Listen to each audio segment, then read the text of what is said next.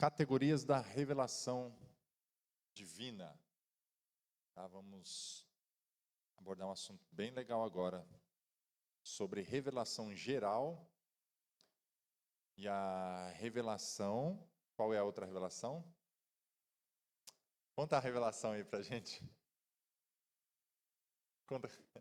A gente quer saber qual que é essa revelação. Tá. Revelação geral. Esse é o primeiro tipo de revelação que a gente vai estudar hoje aqui. E existe a revelação especial, tá? Anote assim, revelação geral e revelação especial. Vai cair na prova isso aí.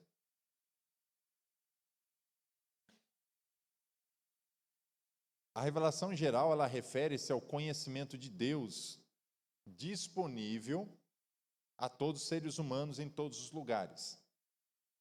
Essa é a teologia que ela vai se aplicar em tentar explicar que Deus ele pode ser conhecido através da natureza, através das leis gerais, tanto da natureza, do cosmos, e alguns pontos que a gente vai abordar aqui.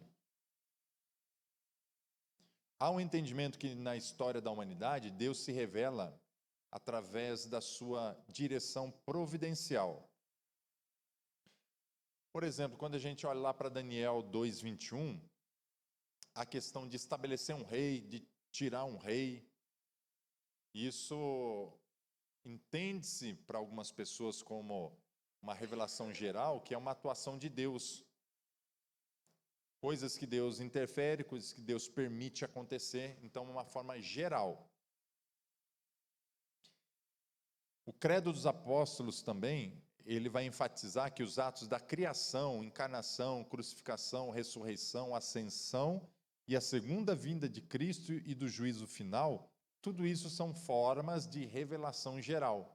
Ou seja, a manifestação de Jesus, por exemplo, é algo que faz parte da história do mundo inteiro. Tá? O nascimento de Jesus foi algo que modelou a forma como que toda a humanidade vive. Mesmo aquelas pessoas que não acreditam em Jesus, elas têm contato com outros povos. Muitas das leis, dos estilos, dos conceitos que a gente vive hoje, vivemos influenciado pelos ensinamentos de Jesus, querendo ou não querendo. E isso, para essa teologia geral, subtende-se que o homem ele tem capacidade de observar determinadas coisas, como, por exemplo, a natureza, e pensar quem criou tudo isso. E a natureza seria um testemunho que existe um Criador e, naturalmente, um Deus. Mesmo que não saiba qual é o seu nome, qual a forma de cultuar, o que ele quer da gente, mas, de forma geral, dar-se o entendimento de que o homem ele chegaria a essa capacidade de entender acerca de que existe um Deus. Aí no slide está falando sobre ações divinas, leis naturais e moralidade. Até em certas civilizações das quais nunca se ouviu falar do evangelho ou do cristianismo ou de religiões monoteístas que nós conhecemos hoje, às vezes a pessoa ela pode até se intitular não acreditar em divindade nenhuma, mas você observa a maneira dela viver, ela guarda determinados conceitos morais. Tem muita gente que não acredita no evangelho, não é cristão, mas procura fazer o bem ao próximo. Fazer o bem ao próximo não é uma exclusividade dessa mensagem. Existem pessoas que procuram fazer o bem, mesmo não participando da mesma fé que nós. E por que eles fazem isso? Porque pessoas que sequer acreditam que existe uma continuidade existencial após a morte. Pessoas que acreditam que morreu, acabou. E se morreu, acabou? Por que essas pessoas respeitam as leis? Por que elas não vivem aí buscando somente o prazer e fazendo o que lhe bem entende? Por que reprime muitos dos seus pensamentos, dos seus desejos, dos seus comportamentos para viver uma vida regrada? Então, essa condição inata, essa condição interior de guardar a moralidade, de respeitar determinadas coisas, isso dentro dessa questão que estamos abordando agora, de uma forma geral, é uma espécie de revelação divina, tá? Então, na natureza, aqui, na natureza, a gente vai ver toda a beleza plástica da natureza, a criação. Depois vocês podem, esse aqui é um texto que vale a pena comparar depois, Salmo 19, do versículo 1 ao 4. Esse texto aqui é bem interessante quando fala da revelação de Deus presente através da natureza. Só que eu vou dar uma dica para vocês, não leia só em uma tradução, tá? Pega uma tradução que vocês estejam acostumados e pega uma tradução mais contemporânea para vocês compararem, porque de uma tradução para outra, esse texto é bem diferente. Você pode também pesquisar depois Atos 14, dos versículos 15 ao 17, e Romanos, no capítulo 1 também, você vai encontrar vários versículos falando desse tipo de revelação através da natureza. Olha, a gente precisa fazer uma reflexão sobre isso, porque se a gente está falando que Deus ele se revela através da natureza, teoricamente as pessoas deveriam entender, compreender acerca de Deus, mas não é isso que acontece de fato, não é verdade? Porque a natureza está aí presente. Depois você vai ler Salmos, você vai ler Atos e Romanos, a natureza está aí presente, mas nem todas as pessoas conseguem captar essa revelação. Se a revelação está presente e as pessoas não compreendem, onde está o problema? O que está quebrado aí nessa linha de comunicação? Vale a pena a gente depois refletir o porquê as pessoas não estão compreendendo a linguagem da revelação divina através da natureza. Não estou dizendo que a gente tem que se apoiar em todo o conhecer de Deus através da natureza, mas lembra na aula passada quando eu disse que a revelação ela foi gradual? E a natureza ela serve muito bem, se encaixa muito bem aqui nessa questão de um primeiro passo a conhecer a Deus, quando se olha para a natureza e se entende a linguagem da revelação divina que está presente na natureza. O testemunho que a natureza está dando acerca do seu Criador. Lembra na aula passada? Um primeiro nível de entendimento, de revelação, para depois passar ao outro. A natureza humana, aqui já abordei um pouco, mas falando, reforçando aí sobre consciência moral, impulsos espirituais, o desejo humano por significado, propósito, conexão com algo maior, revela um anseio espiritual inato. É muito intrínseco do ser humano as questões internas, existenciais. O ser humano quer saber de onde ele veio, e ele quer saber, não porque está escrito na Bíblia, mas ele quer entender interiormente, quem sabe ter uma prova material de como a civilização começou, quando que toda essa existência, o mundo foi criado. Então percebe que existem mais questões no campo da ciência do que respostas assertivas para essas questões. Mas é algo muito comum, e esse impulso natural humano é que forçou muitos homens a ir, através da ciência, a pesquisar em busca dessas respostas. Onde começou a civilização? Como é que começou? Como que o planeta foi formado? O nosso sistema solar foi formado? O cosmos foi formado? Como que toda essa imensidão?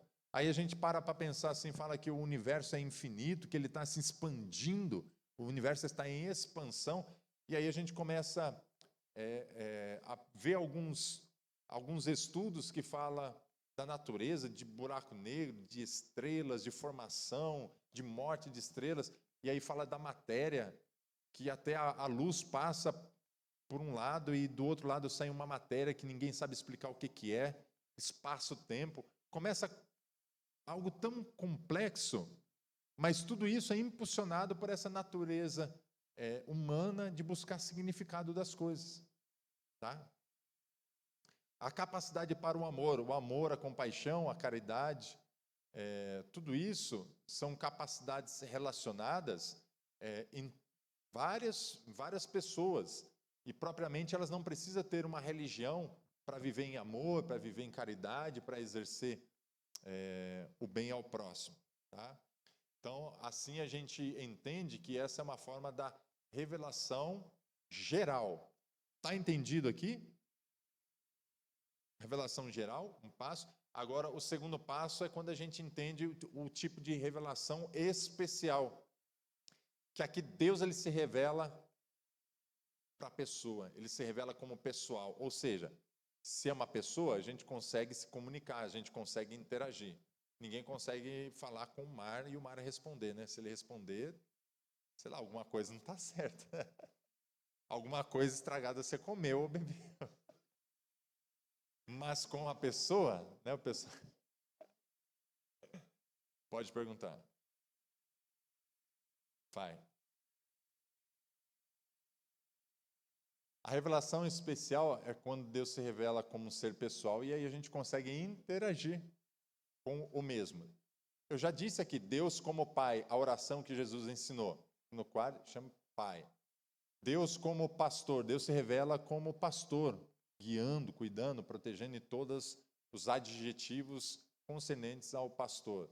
Deus como amigo, Deus se revela como amigo, oferecendo companhia, apoio, compreensão, criando um relacionamento de confiança e intimidade. Então a gente sai daquela revelação geral, inanimada, que a gente vê que existe uma linguagem da natureza dando testemunho, e aqui diretamente a interação está presente. Entendido sobre revelação especial? Essa revelação, eu gosto de dizer que ela é uma revelação compreensível, uma das características, né? Além da pessoal, que acabei de falar ali, mas ela é uma revelação compreensível. Por que compreensível? Porque Deus ele usa a linguagem humana para se comunicar. E graças a Deus assim. Então Deus ele é tão perfeito nisso que ele escolhe a linguagem e a forma, ele conhece a nossa cultura e ele sabe se comunicar conosco de uma forma que nós possamos compreender, e não o inverso. Lembre-se, gente, é Deus que desce encontrar a gente, não é a gente que sobe encontrar Deus. Tá? E quando a gente ousa buscar a Deus, ele só é encontrado porque ele está lá. Se a gente fosse passar um pouco por algumas histórias bíblicas, a gente vai lembrar quantas vezes Deus desceu para socorrer o seu povo, proteger, pelejar, batalhar. Babel, quando o homem começou a construir, e aí Deus olhou e falou assim, rapaz, isso aí não vai terminar bem. Vamos tomar atitude aqui, precisa tomar atitude. Deus desceu, confundiu as línguas, porque o homem estava construindo lá uma torre com o objetivo de chegar no céu. E se eles conseguissem isso, ninguém ia mais deter eles. Está lá na Bíblia. Então, Deus traz lá a diversidade de idiomas e aconteceu o que nós já sabemos. E a mulher que encontra Jesus lá no poço? Foi a mulher que encontrou? Se a gente ler a Bíblia um pouquinho mais com atenção, a gente vê que foi Jesus, né? Foi lá no poço encontrar ela. Na visão dela, ela encontrou o Salvador. Mas aí a gente conhece na revelação que foi ele encontrar ela. Tá bom? Aqui é um exemplo prático sobre isso que eu falo de a gente busca e a gente encontra, mas só encontra porque ele permite. Deus utiliza uma linguagem analógica, e eu anotei aqui para explicar para vocês o que linguagem analógica. Talvez hoje isso não seja algo que vá fazer cair na pesquisa, na matéria, mas existem 3 tipos de linguagem. Eu quero que vocês saibam disso. Eu anotei aqui para compartilhar. A primeira linguagem é a unívoca. Essa linguagem unívoca quer dizer que palavras que têm só um significado. Palavras que têm só um significado. Unívoca. Coelho. Coelho simboliza um tipo de animal. ninguém que fala coelho e olha um cachorro vai confundir ali, né? Se falar assim, ó, vai lá e pega um coelho, até a criança se for lá, ela achar um cachorro, ela vai dizer assim, não tenho coelho, achei um cachorro, por quê? Agora, se a gente falar assim, um exemplo, uma palavra, por exemplo, rapaz, bote, o que é bote? Bote da cobra, o bote da embarcação. Então você vê que essa palavra, dependendo do contexto, ela vai significar alguma coisa. Esse tipo de linguagem é chamado de linguagem equívoca. Equívoca é quando uma palavra ela pode ter vários significados de acordo com o contexto, com a intenção. E a linguagem analógica, ela está entre a unívoca e a equívoca, que são palavras, olha só, interessante. Deixa eu ver aqui. São palavras com significado parecido, mas não idênticos. Por exemplo, corrida é sempre corrida, mas pode ser corrida de avião, pode ser corrida de bicicleta. E do que a gente está falando? A gente está falando de avião ou de bicicleta? Vai depender da minha intenção, da intenção de quem está falando. Isso é uma linguagem analógica. Então, na linguagem equívoca, é uma palavra que pode ter vários significados.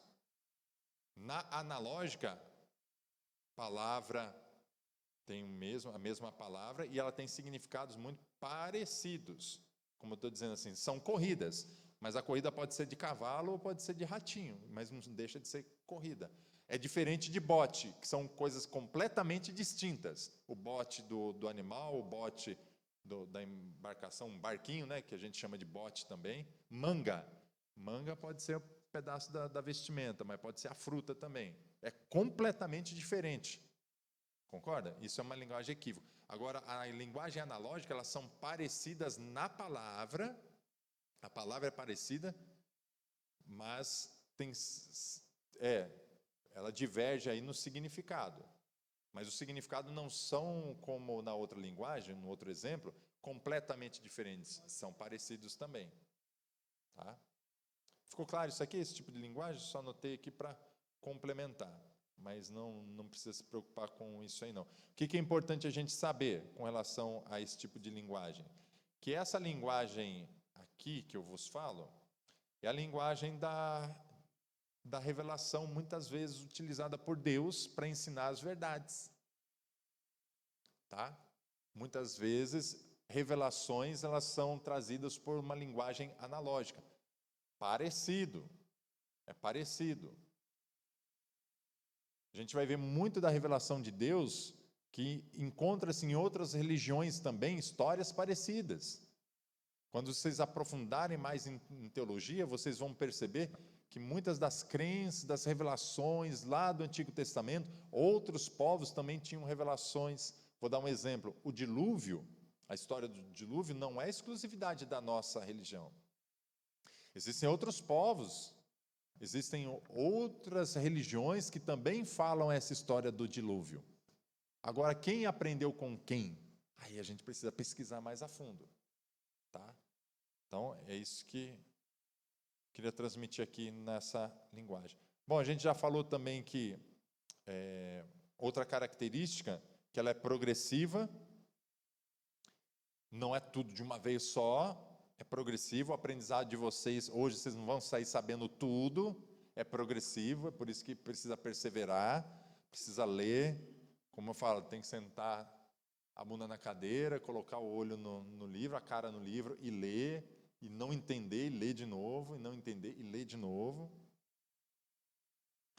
Falando aqui, grande parte da revelação ela foi registrada nos escritos e chegou para nós até hoje como a Bíblia.